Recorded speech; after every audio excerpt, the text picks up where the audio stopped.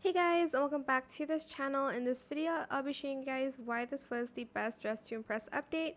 So they had new items and they also had new faces here, as well as hairstyles, which you can change the color using the color wheel instead of the color palette. And they added that as well to other hairstyles that you couldn't do that at first, which is this one. They also added a prop to it as well, which was this green apple.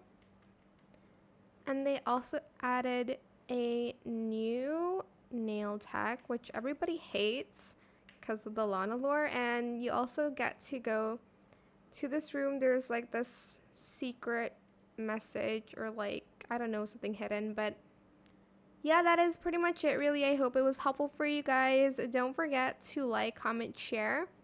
Also subscribe to this channel if you haven't done that already. If you have any more questions about this video, just leave it in the comment section down below. I'll try my best to answer them all for you guys. And if you found this video helpful, please click the thanks button as well. That is it for this video. Thank you so much for watching. Bye.